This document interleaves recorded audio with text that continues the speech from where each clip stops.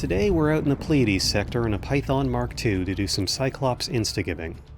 Easily over 100 million credits an hour, the fastest reliable combat rank grind to my knowledge, and the most hassle-free way to quickly max out your weekly 400 ARX allowance. ARX rates are as nebulous and inscrutable as ever, but killing 8 Cyclops and turning in the combat bonds apparently got me 290 ARX and took me around 30 minutes while earning 64 million credits. You can't earn merits like this, but that's okay. AX combat isn't actually dead, if you can believe it. It just went to live in a farm up north. The Anti-Xeno initiative actually has stations to repair and resupply out here now, and that means you can dock an AX ship with a low jump range, and then return to it whenever you need some quick cash or ARX. It's actually really comfortable. It's not as fast as the old days of surface station combat zones, but it's also dramatically less difficult. These systems are about 100 light years from the bubble. My Mandalay can make it there in about 5 or 6 jumps from Jameson, and Thargoids should be non-hostile unless you specifically seek them out. At worst, they'll hyperdict you and hit you with a shutdown field for a quick stop and search, and then let you go on your way. To keep it short, the magic that makes all this work is a ship with 6 Guardian Shard cannons, at least 2 of which need to be pre-engineered. Further details covered later. The procedure is super chill, super simple, and there's hardly any danger. We drop in on the star for Asterope, Sterope II, or Merope, and then hit up the nav beacon. Remember, you can usually start to charge your FSD for supercruise before you're done scanning. Now we want to beeline for any Threat 5 non-human signal source. These have 4 outcomes. The booby prize is a pack of instantly hostile scouts.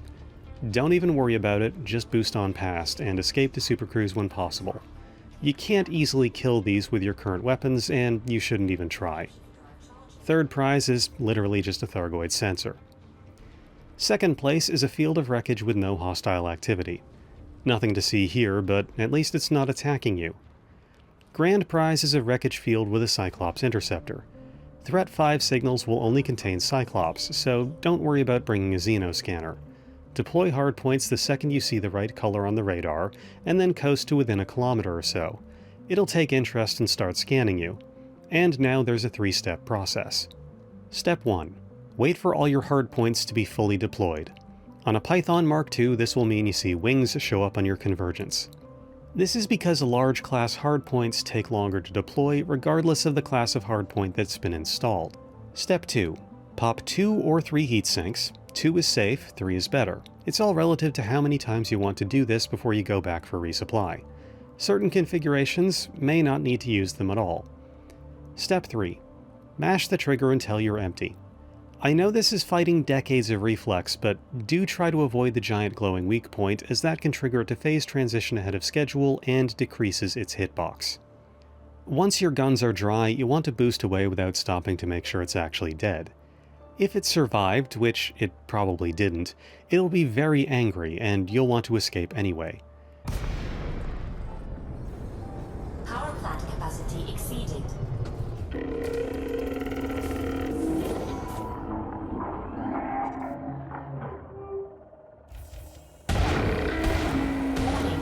Temperature critical. Warning. Taking heat damage. Taking damage.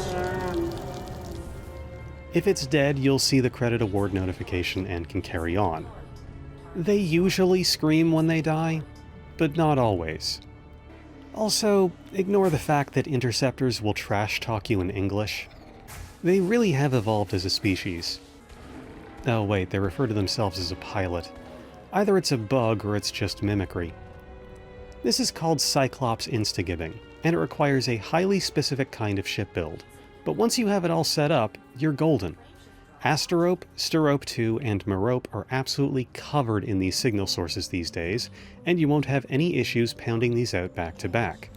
You don't need any previous combat experience. And unlike other AX combat weapons, all the components of this build can be acquired through non-combat means. It's actually shocking just how cheap it is to throw one of these together. I'll provide some builds in the description for the cheapest viable build with minimal engineering, and my personally preferred build. This is not a new procedure. We've been doing this for years. But what is new is just how easy it is in the current state of things, and with the new ships being available. Also, since the Thargoid War is over, this is now your only real option for grinding combat rank, or getting quick credits from AX. I think exobiology is demonstrably more fun than this, and if you get lucky, it can beat it for raw profit. But since luck has to enter into the equation, and the juicy stratum are in unexplored systems thousands of light years from home, instagibbing is more efficient. It's also accessible to Horizon players. Odyssey is not required. I have like 17 billion credits, not counting the allowance on my fleet carrier, so who cares about that at this point? But you can fight your ass off in a Haz-Res for the rest of your life and never actually get elite. And while this is far from quick, it's nice to actually be able to see progress being made on the bar. Trading commodities for profit is probably about as efficient for earning ARX, but you generally have to chase deals around the bubble, and that can be annoying. Instagibbing is always in the same place, and it's not time sensitive. I suppose you could always haul yourself out to Robigo to do the usual, but that's only exploration XP, not exactly in short supply. Instagibbing isn't particularly high octane or anything, but I think most people will generally look more favorably upon going out and blasting bugs over running the mines for the millionth time. Just about the only thing that this rotation isn't good for is engineering materials, although there are high-grade emissions out there, if you can believe it. Independent system though, so it's only proto-radiolics and radiators. As always, the ship build is the most important aspect of the task, and you have some options in which ship to use and how to outfit it. The most fundamental part of this activity is that you must have 6 medium or larger hardpoints and a spare Class 5 optional internal compartment. This is so that we can fit 6 Class 2 pre-engineered Guardian shard cannons, lovingly called mod shards by the community. Ordinarily, ships can't fit more than 4 anti-Xeno weapons, but if you put an experimental weapon stabilizer in a Class 3 or Class 5 slot, they'll let you use 5 or 6 respectively. 6 mod shards is the community favorite option for this. It has the highest damage, and the projectiles move faster, but this comes at a cost, and you do have options.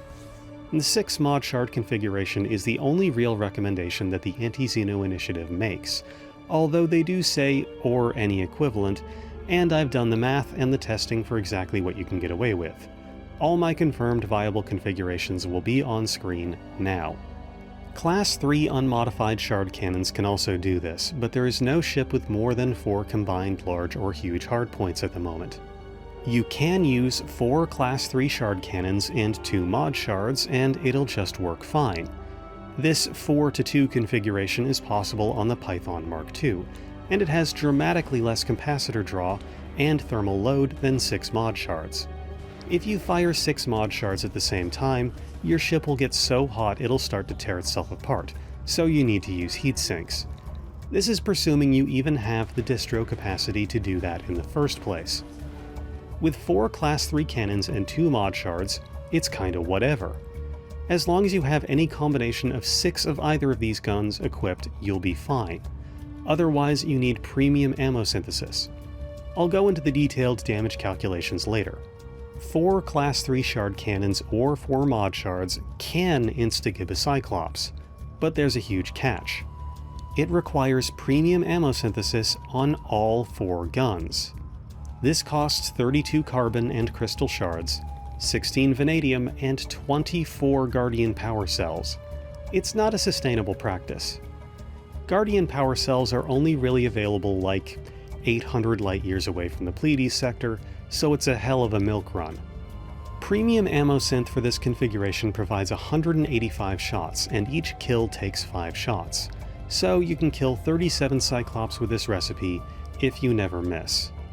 The good news is that the thermal load of just 4 guns is dramatically lower, so you can get away with using only 1 heatsink, if you use one at all.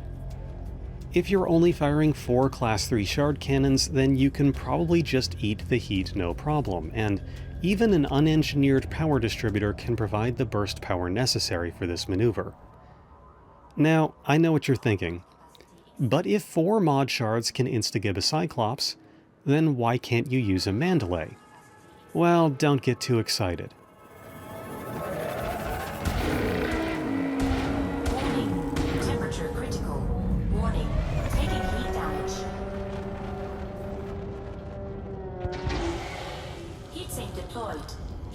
deployed. Target destroyed. It actually totally works. Fooled you. Setting this up required a Class 5 A-rated weapon-focused power distributor. The Mandalay doesn't have large hardpoints, so I couldn't save on distro draw by using Class 3s. And it doesn't work without premium synth.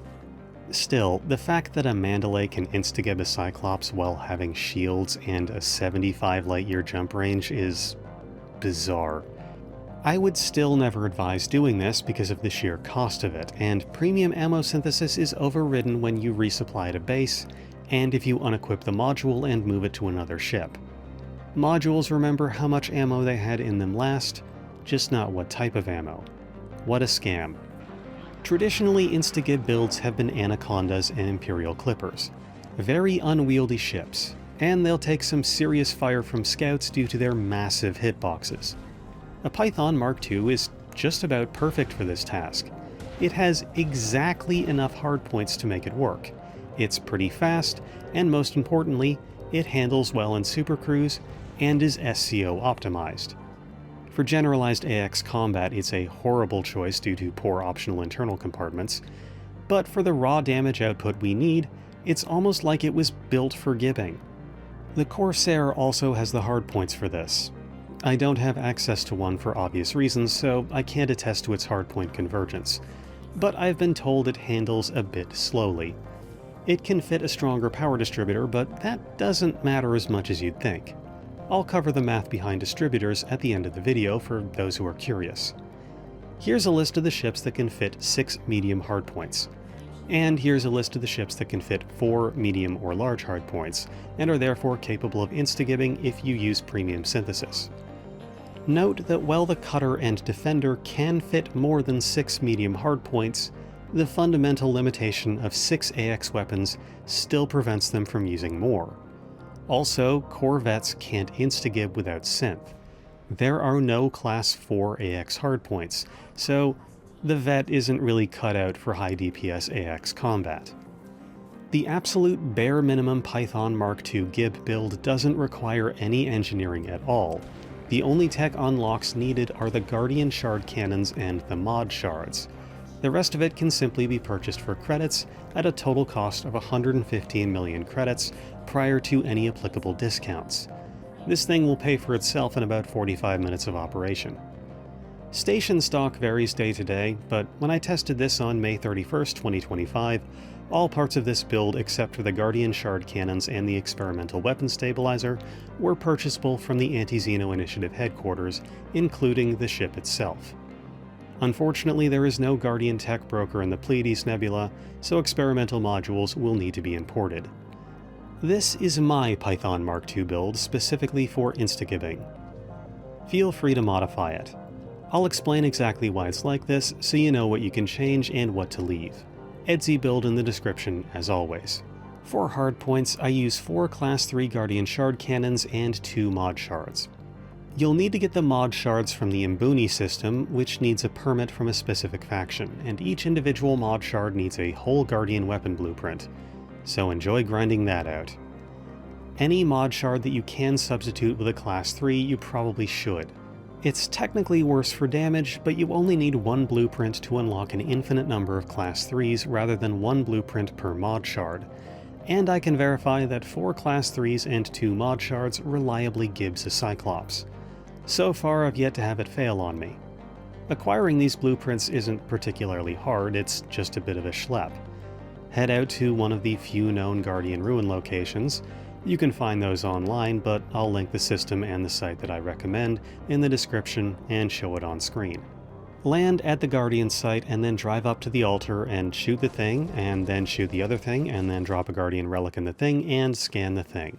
Log out to reset the instance and then repeat until you feel nauseous. Same thing you did to get your Guardian FSD booster, just at a different location. If while you're here you want to grind out all the Guardian weapon blueprints you could ever want, that number is approximately 14. That's enough for 6 Mod Shards, 6 modified Plasma Chargers, and the unlocks for Class 2 Gauss Cannons and Class 3 Shard Cannons. Nothing else that these unlock is particularly worth it. You'll also need a grocery list of Guardian materials which can be gathered here. The full crafting list is on the screen now. You will need to acquire location-specific commodities for these unlocks, which means using a cargo vessel. Make sure you search for the locations for these commodities in Inara. The minimum amount of blueprint fragments you'll need for this is 3. That's 2 for the mod shards and 1 for the Class 3 shard cannon unlock. After that, the Class 3 cannons just take credits to purchase in any amount. Getting the permit to Mbuni is literally just turning in enough cartographic data to the right station to get allied status, and then completing the randomized permit issuance mission.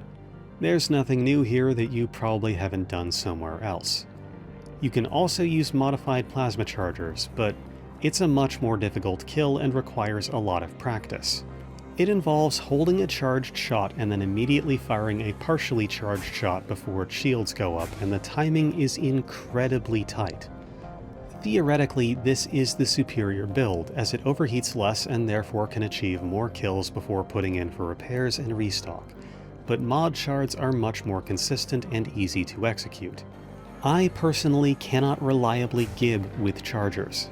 And if you mess up, the interceptor shields activate and know it's hostile because you shot it. A big advantage over the Corsair that the Mark II has is its 6 utility mounts. If you're using 6 mod shards, you want to fit as many heat sinks as you can, since you'll be using 2 or 3 per Cyclops.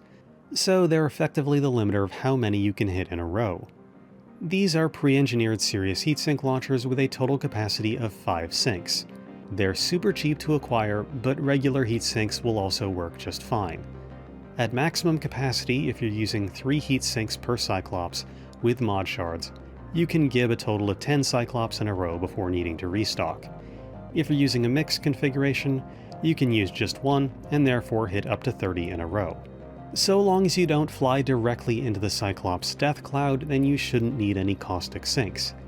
Any caustic damage you acquire, you can just negate through overheating by firing your cannons while using silent running. I'm using a shutdown field neutralizer, but with a system capacity this weak, the timing on actually using it is not for amateurs. This is mostly for saving time if I get hyperdicted between Asterope and Merope. My ship has heavy-duty deplating military-grade composites. This is a luxury, and I could honestly afford to take this off and be just fine, while going slightly faster. I hardly take any real hull damage in this thing. It's just too fast. You need at least a grade 3 overcharged 6A power plant, because these mod shards are incredibly power hungry, accounting for 45% of our total power capacity. With a mixed configuration, you only need a stock 6A, but if you want to be fancy, an armored grade 3 stripped down, runs colder, and has a better capacity than stock, while only weighing 0.8% more. It's basically a strict upgrade on any ship. A-rated dirty-tuned drag drives. We'll need to escape mass lock a lot, and these will speed that up. Strangely, the boost speed on a Mark II doesn't change very much based on your current engine pips. So long as you remember to boost often, you can keep all your pips and weapons instead. If you have a fleet carrier or are fine with transferring the ship out to Asterope, then you can afford to skimp on the FSD, just so long as it's SCO compatible. This one isn't even pre-engineered. How disgusting. Lightweight D-rated life support and sensors at whatever grade you care to invest in. It doesn't matter. A 6A weapon-focused cluster capacitor power distributor. I've done the math, I'll share it later. You need this if you're using 6 mod shards. For a mixed 4-2 configuration, you can get away with simply using a completely unengineered 6A distro. I've personally verified that it works, just make sure you have 4 pips to weapons. A weapon-focused 6A distro with this 4-2 configuration is super comfy, because you can afford your entire burst damage without even having any pips in weapons. You may not even be using shields for this build, and you don't need to boost terribly often. Your Class 6 optional internal slot contains a Class 5 experimental weapon stabilizer.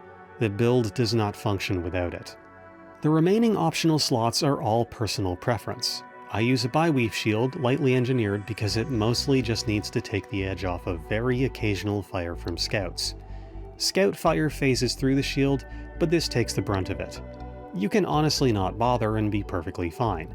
In fact, I should probably swap this out for a cheaper and lighter D-rated shield.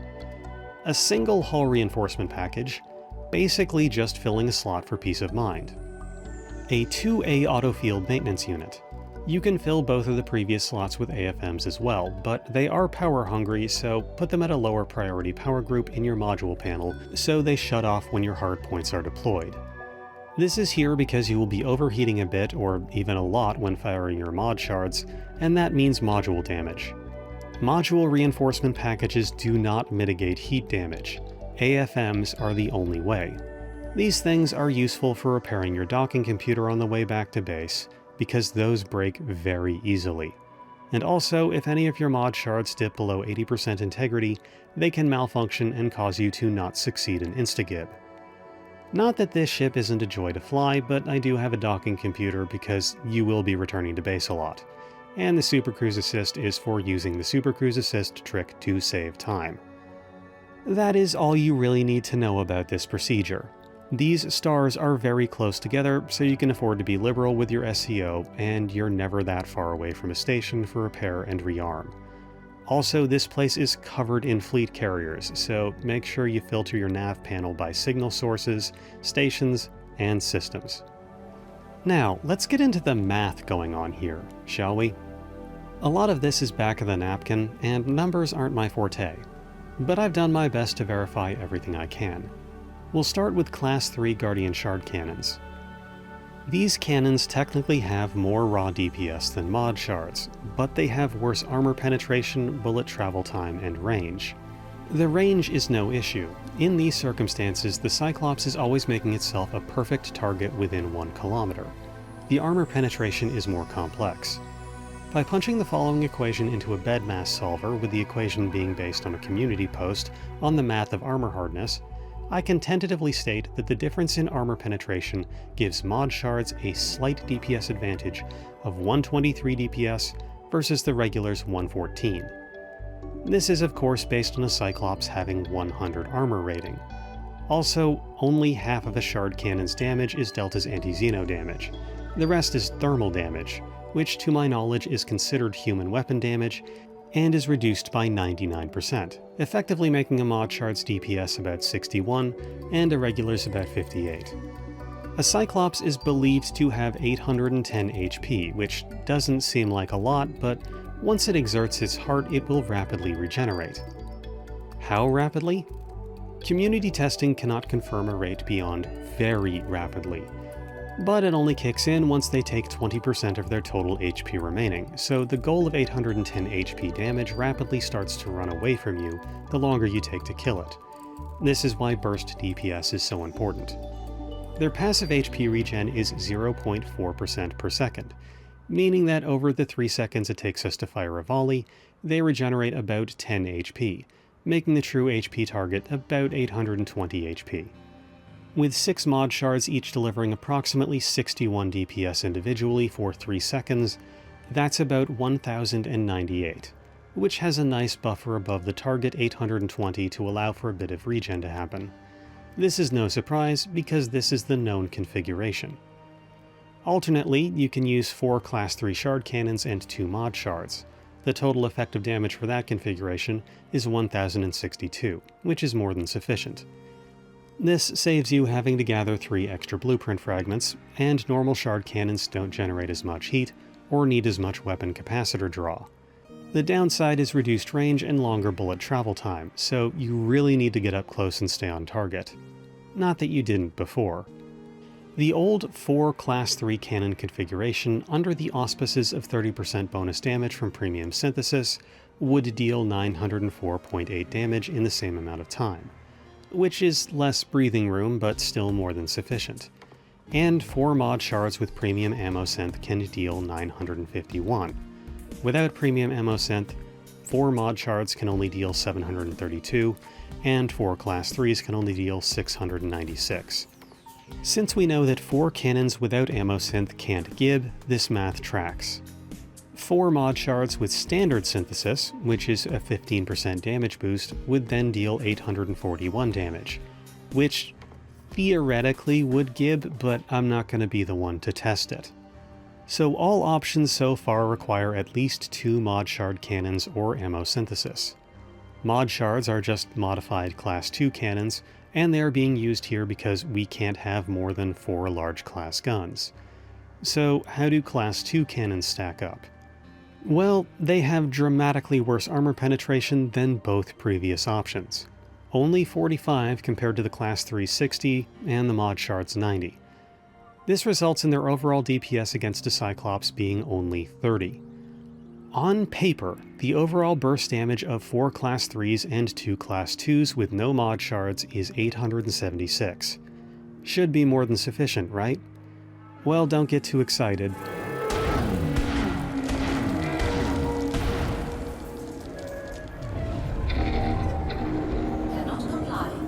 It totally doesn't work. I thought I had the magic bullet here. The math all checks out as far as I can tell, and maybe if you're really hugging the damn thing it will get it done, but the takeaway is that it's not reliable.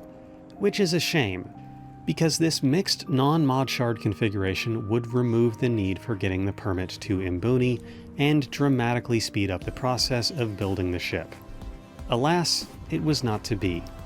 What's worse is that under these calculations, just 5 mod shards deals more than the calculations for 4 premium synth class 3s at 915 effective damage overall.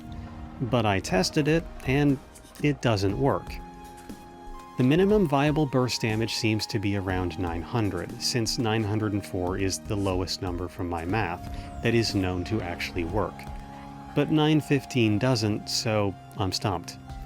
When math fails, defer to practical data.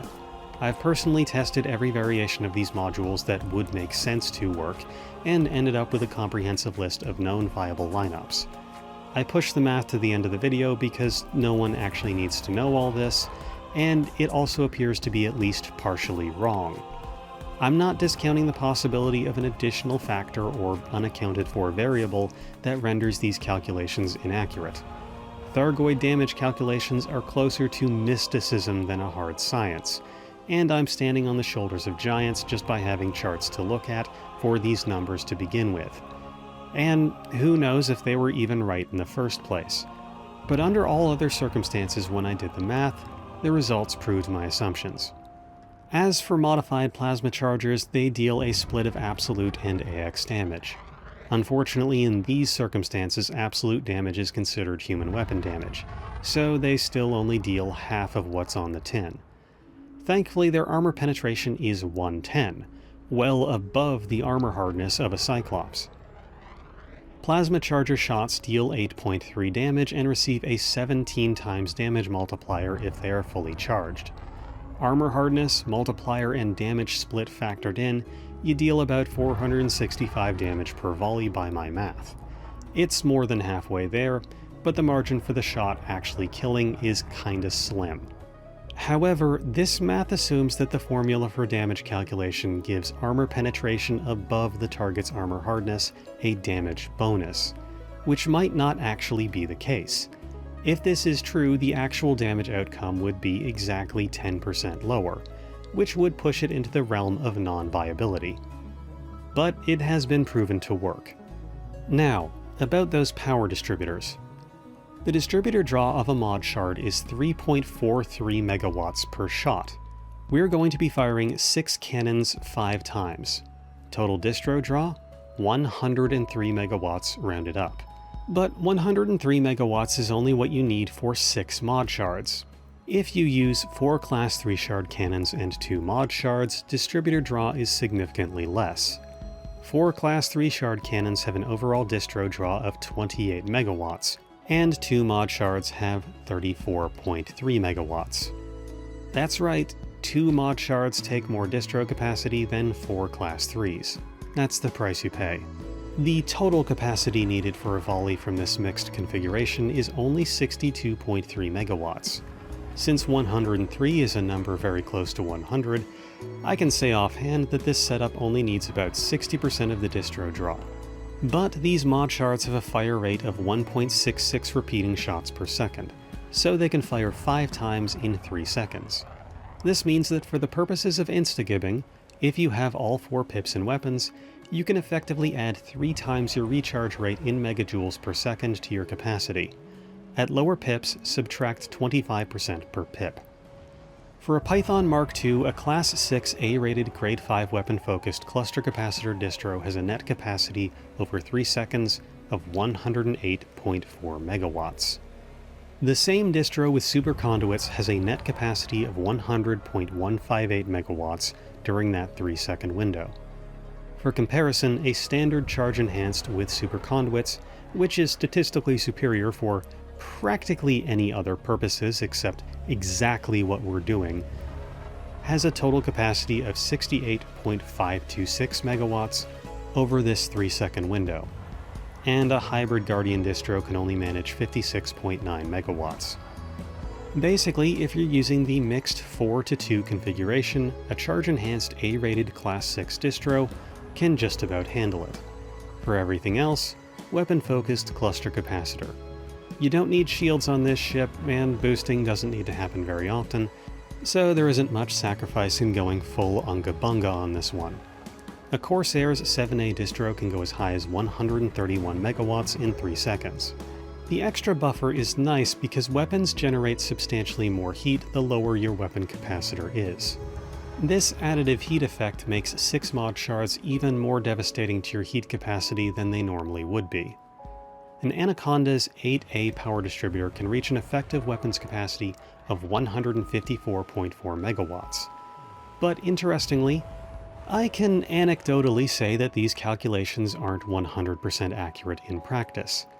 Down to Earth Astronomy claimed that a weapon-focused distributor was absolutely necessary for the burst capacity to fire 6 mod shards 5 times. And I suspect that he failed to factor in the recharge rate of the capacitor while firing.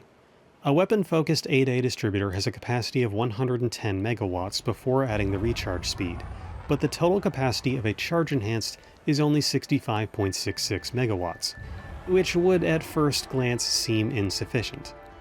Except that a charge-enhanced 8A distributor with superconduits provides 10.8 megajoules per second of charge, which in total is 98.2 megawatts. Now I know what you're thinking, that's still not enough.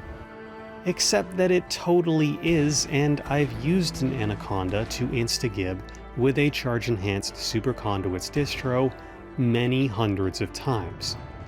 I don't know what the breakdown in the math is, but there appears to be some measure of leeway. Finally, I'd like to publicly shame FDev for incorrect use of standards of measurement. Power distributors in this game measure power capacity in megawatts and power transfer speed in megajoules per second. If you have a passing familiarity with electrical standards, you'll know that a megawatt is a megajoule delivered over 1 second. So a megajoule per second is literally just a megawatt with extra steps, and there is absolutely no justification for listing the storage capacity of a capacitor in megawatts. I thought to mention this because in order to be coherent with the in-game tooltips, I had to give the measurements to you as they are listed in-game, even though they are literally backwards. And I was cringing the whole time, knowing that at least one person in the comments was going to chime in to correct me before watching the video to the end. If this is confusing to you, that is because it is confusing. I'm sorry it had to be like this.